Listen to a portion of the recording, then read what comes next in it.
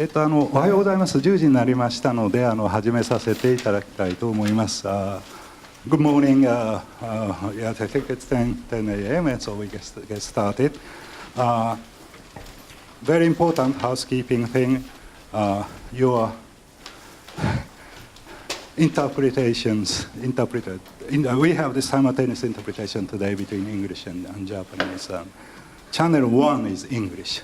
Channel 2 is Japanese. 1が英語で、2が日本語ですので、適宜ご利用いただければと思います。So thank you very much for coming here, and I hope this conference will be enjoyable and fruitful. So we will have some welcoming and opening remarks first, and Jonathan Hartwell will give us a few words of welcome. Mr. Hartwell is the Minister and Deputy Head of Delegation of the European Union here to Japan. Mr. Hartwell. Thank you very much. So, Mr. Deputy Director General Furusawa, Vice Chairman Hertig, Professor Kanda, ladies and gentlemen, it's my great honour to wish you all a very warm welcome to Europa House, the EU delegation to Japan. And Europa House is a kind of meeting place for the EU family here in Japan, but also a meeting place or a crossroads for the European Union interacting with our Japanese friends. But we're very pleased today that we're hosting this Asia dialogue with participants also from China, Singapore and Korea. And I understand that there are also a number of participants from the United States as well. So I wish you all a very warm welcome. And before I say a quick word about today's proceedings, I'd like to abuse of my privilege being on the podium just to say a few words about the events of the last 2 weeks and the recent referendum that took place in the UK on EU membership. Friday the 24th of June, as the results came in, here was quite a difficult and emotional day for many Europeans here in Japan. And I know that for our Japanese friends as well, there was a lot of confusion and nervousness and worry about what this would mean for the European Union, for Japan and for the global economy. So I'd just like to make a few points as Deputy EU representative here in Japan. First thing I want to say is to recall the response of the European Union to the decision, to the referendum result. The European Union is founded on democracy, and so while we deeply regret the decision expressed in the referendum, of course we fully accept it and respect it. But what I'd like to say now is just 3 points to kind of counteract some of the, in my view, excessive pessimism or sensationalism that is going on about the future. So the first point is to say that the withdrawal of the UK from the European Union, it will be an orderly and negotiated process. It's a new situation, but we have rules in place for dealing with this in the treaty. So it will be an orderly process, and for the time being, there is full legal stability.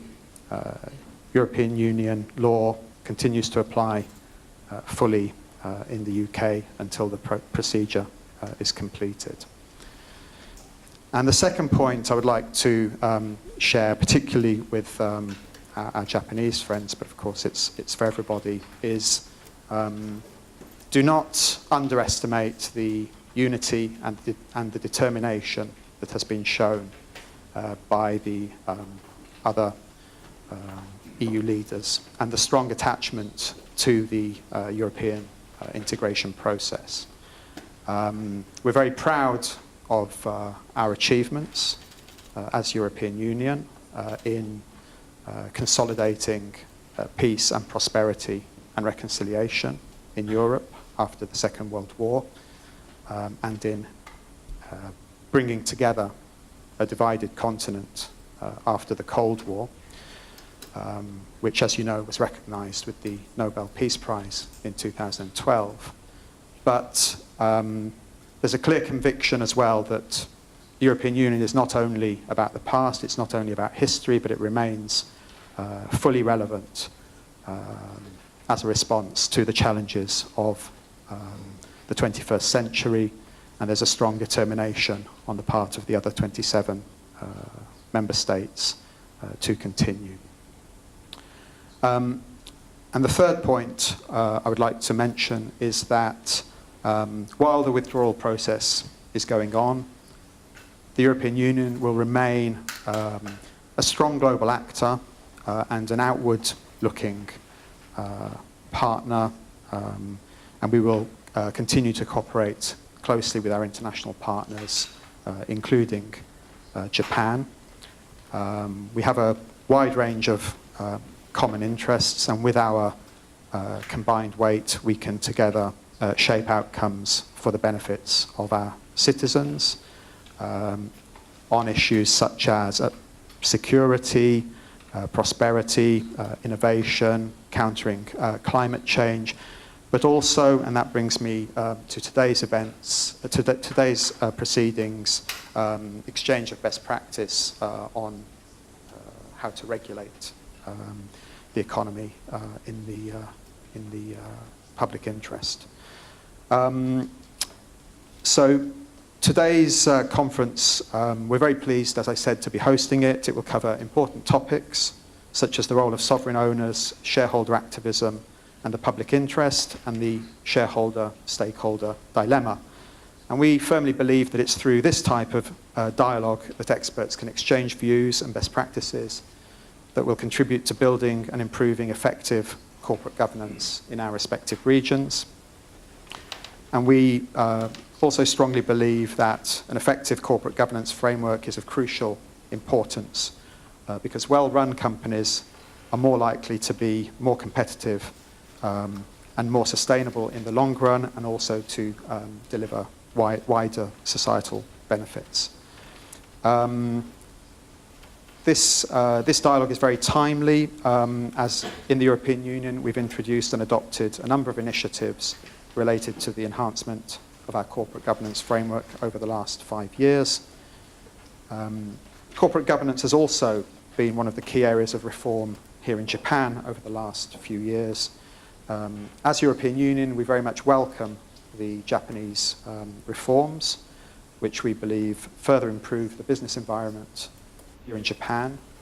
And if I could touch on our bilateral agenda, we also believe that the Japanese reforms serve as a good basis for the principles which we're aiming to agree on as regards corporate governance in EU-Japan free trade agreement negotiations.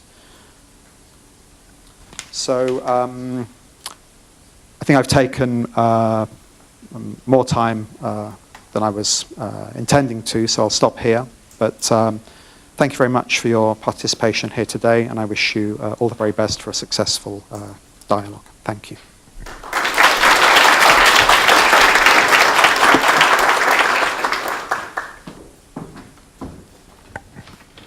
Thank you very much for the introduction. And I first time would like to thank you, Mr. Haswell, for sharing with us some of his input concerning the referendum result of the previous weeks. And actually, one quick remark concerning the referendum, because I was in London last week and did have some discussions with the European colleagues and the British colleagues and the Bank of England colleagues as well. And what I found is that a good relationship between, and a good humor between the European counterparts and British counterparts are still kept in that discussion. One example that some of the European colleagues came to me and told me that you can discuss, I can discuss concerning the Brexit with British counterparts, but never mention about the result of the football. You may have a result, and it's in between the Iceland and the England. That topic is much more, how can I say, not only the emotional but the physical importance of the British discussion. That's sort of the good humor and relationship.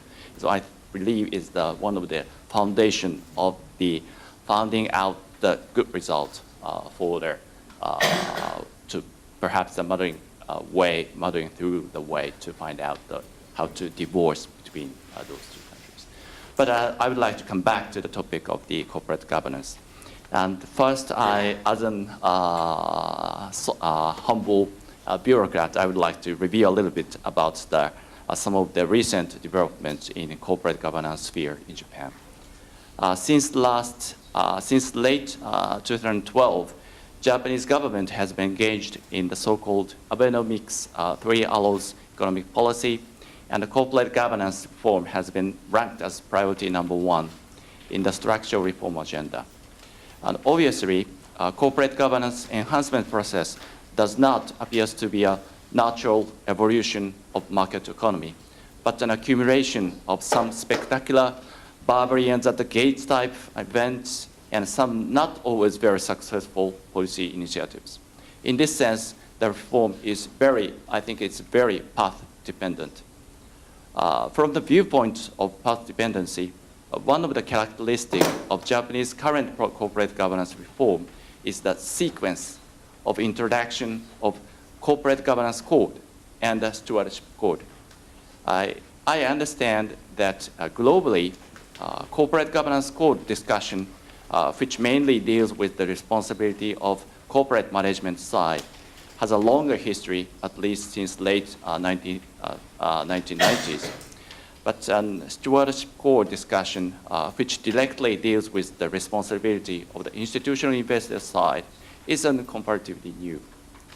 But in this context, in this current Japanese policy discussions, it happens to be the responsibility of investor side, which was first discussed in this context, and then the discussion was extended to the corporate side.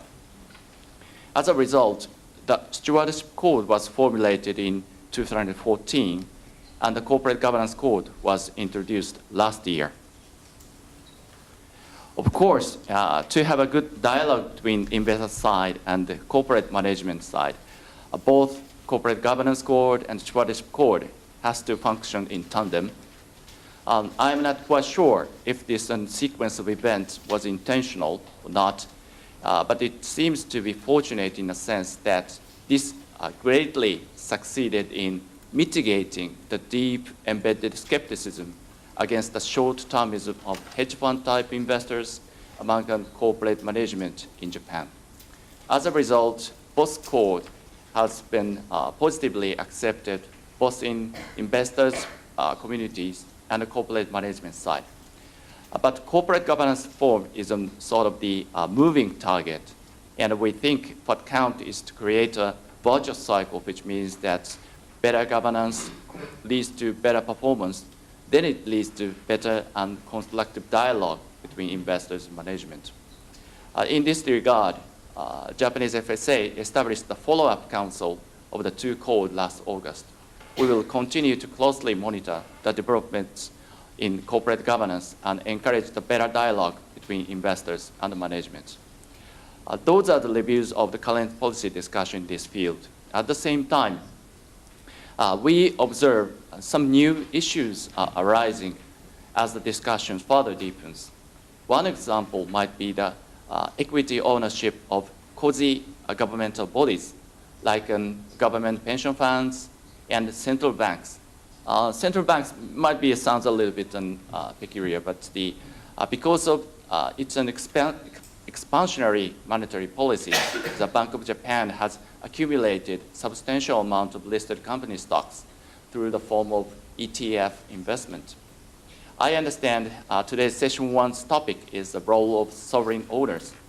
Of course, central banks are not sovereign wealth funds, but they are not pure private investors as well either.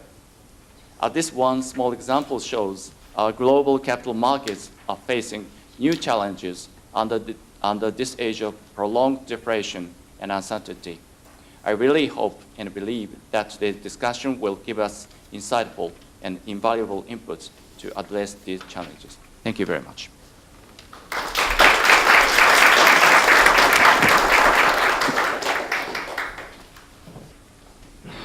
Thank you very much. And Mr. Gerald Hartig will give us some welcoming speeches. Mr. Hartig is a professor at the Zurich and then also vice chairman, European Corporate Governance Institute. Well, in the name of the European Corporate Governance Institute, I'd like to welcome you to this day here at the European delegation. And first of all, let me thank the European delegation for hosting us. It's a pleasure to be here. Let me say a couple of words about the European Corporate Governance Institute, because actually it's neither that much European nor an institute. It's not that much European because it was created when we realized in Europe, especially people doing law and finance or law and finance together, that the Americans had too much a voice on the planet. And they're a large country, they have a lot of good peoples, and we are a bit dispersed. So getting together would allow us potentially to develop a bit more our voice. But also we realized that the Americans are hard to beat, so we have many members that are Americans, so we can include everyone, and so when they do something, we can pretend it's us too. So that's the international aspect, and this is why also we have decided that we would not only do events between the EU and the US, but also between Europe and Japan, and this is what we have done here. The second thing, which I think is also important to note, we're not an institute in the sense that our members write whatever they want, whenever they want. So that means also that we have a broader range of opinions, and to the difference of some institutes that do corporate governance, which they have normally members and a party line, here we have something which was more market-driven. And actually, in recent years, I'm getting old, but when I started, I could write a paper in a week on any topic. Whether it was good or not was not relevant.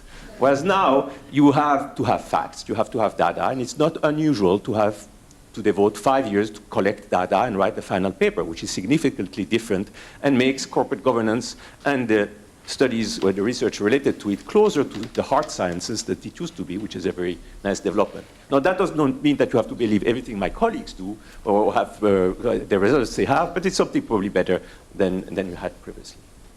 So this is the second aspect of what we're doing, a bit more maybe market-driven. Finally, I thanked the delegation of the EU for hosting us. I would like also to thank the University of Tokyo for allowing us to set up this here in Japan. We hope that we will be able to continue that in the future, and I hope that you will also enjoy this day with us today. Thank you.